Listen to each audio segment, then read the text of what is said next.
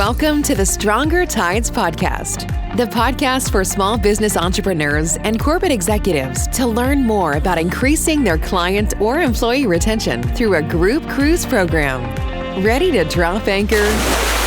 Here's your host, travel advisor Rita Perez. Hi, everyone. Welcome back to the podcast. Thank you so much for joining in on today's episode. I'm going a little bit rogue today. I know that concern over the cruise industry has been pretty high recently, especially with the CDC's recent announcement that they will not let any of the cruise ships sail in American waters. I think it's effective until September 30th, so they can resume October 1st. The interesting thing about that, though, is that the Cruise Line Industry, or the Cruise Line International Association, short for CLIA, had already extended that voluntarily for all their member lines through September 15th. So most cruise lines already knew that they weren't going to be sailing until mid-September, so this extends it by about 2 weeks. The cruise line industry has really gotten a beating unfairly, is what I would say, and is what other industry experts would say. And I don't know if it's because of what had happened in the beginning, back in February with the Diamond Princess or what, but I know in the CDC statement, they had actually specified that part of the reason that they are going to extend the suspensions of the cruise line industry in the American waters was due to having 95 deaths associated with cruise ships. And I thought that pretty interesting. I'm trying to be good on here. I found that very interesting because in our country, in the United States alone, we've had over 100,000 deaths. So it is just comparing the two. I don't feel like cruise ships are the problem. And I have firsthand experience having gotten sick on a cruise ship, which looking back, I don't think it was really the cruise line's fault. If I, really deep down, I have really bad anxiety.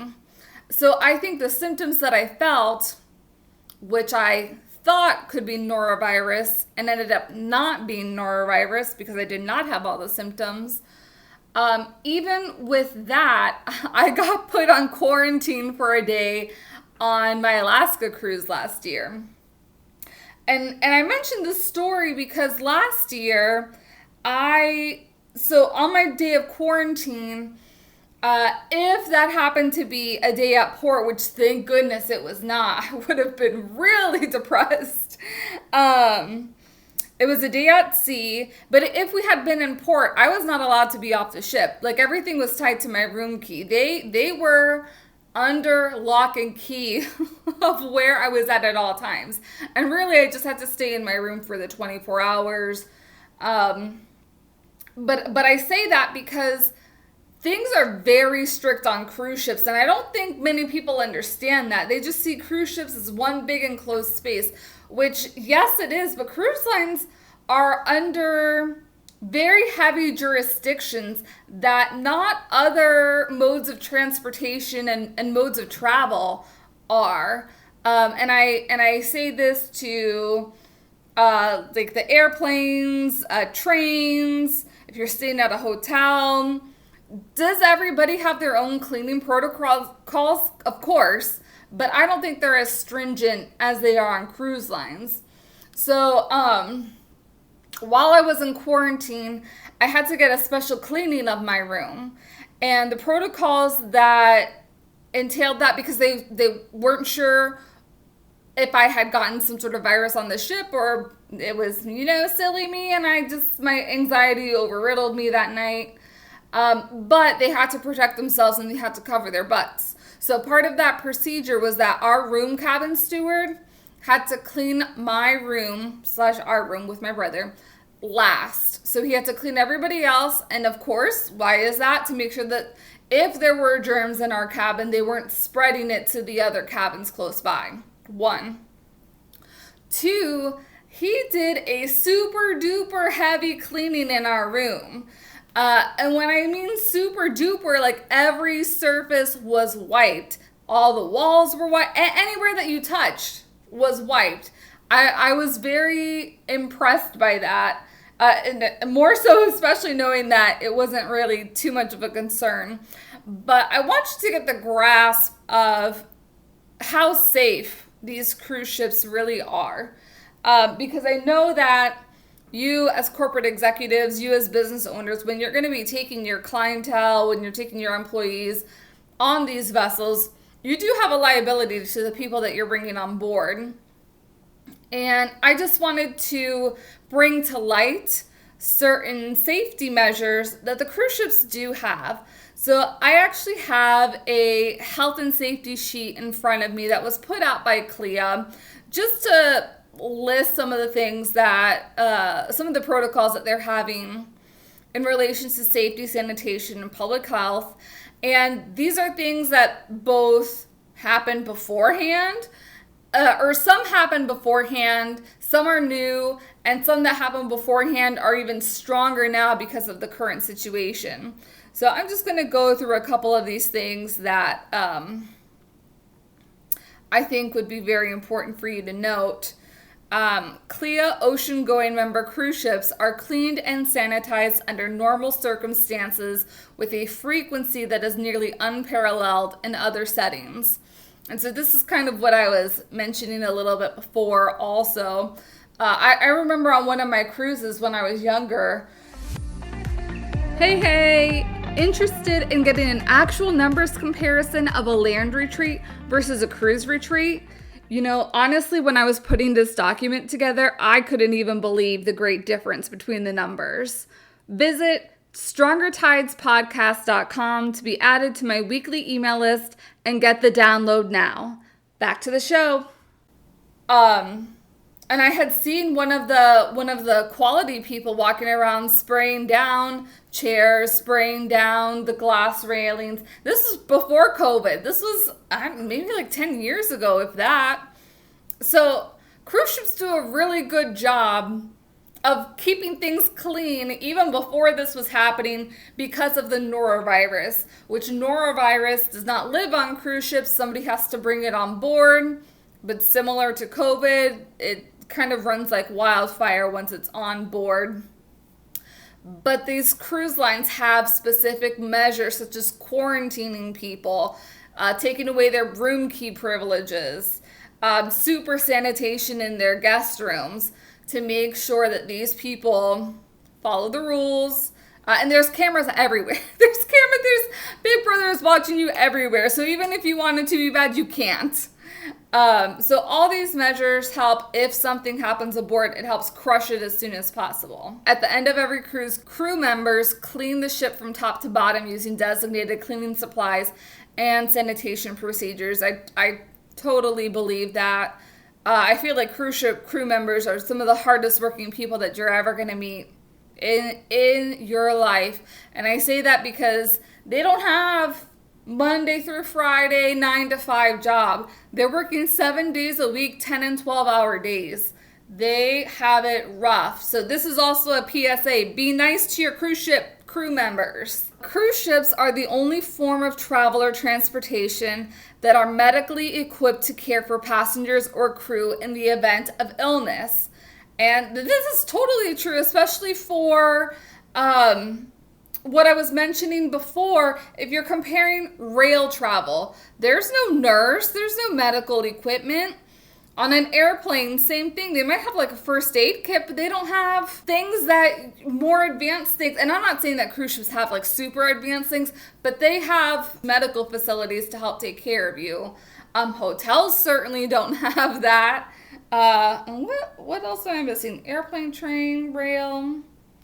Well, in your car, if you're driving by car, or your hotel. Hotels don't have medical facilities, but cruise ships always have had medical facilities. And I say always, since I've been cruising, they've had medical facilities. I say CLIA a lot. So the Cruise Lines International Association is an association that pretty much most of the major players in the cruise line industry are a part of. And being a member of CLIA, you have to stick by certain standards. So this is something that you might want to look into when you're having your travel advisor look into booking your cruise for you.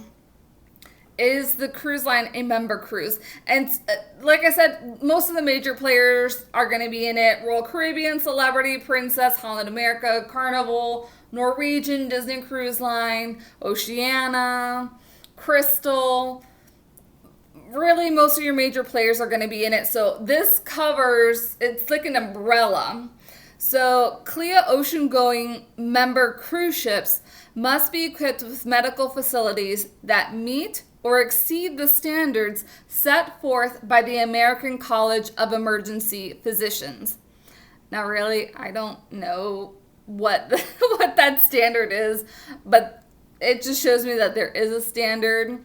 So from the ACEP guidelines, it mandates that doctors and medical personnel be available on board 24/7, and cruise ships must have the ability to isolate contagious passengers to minimize the risk to others on board, which is pretty much what I had told you a little bit before.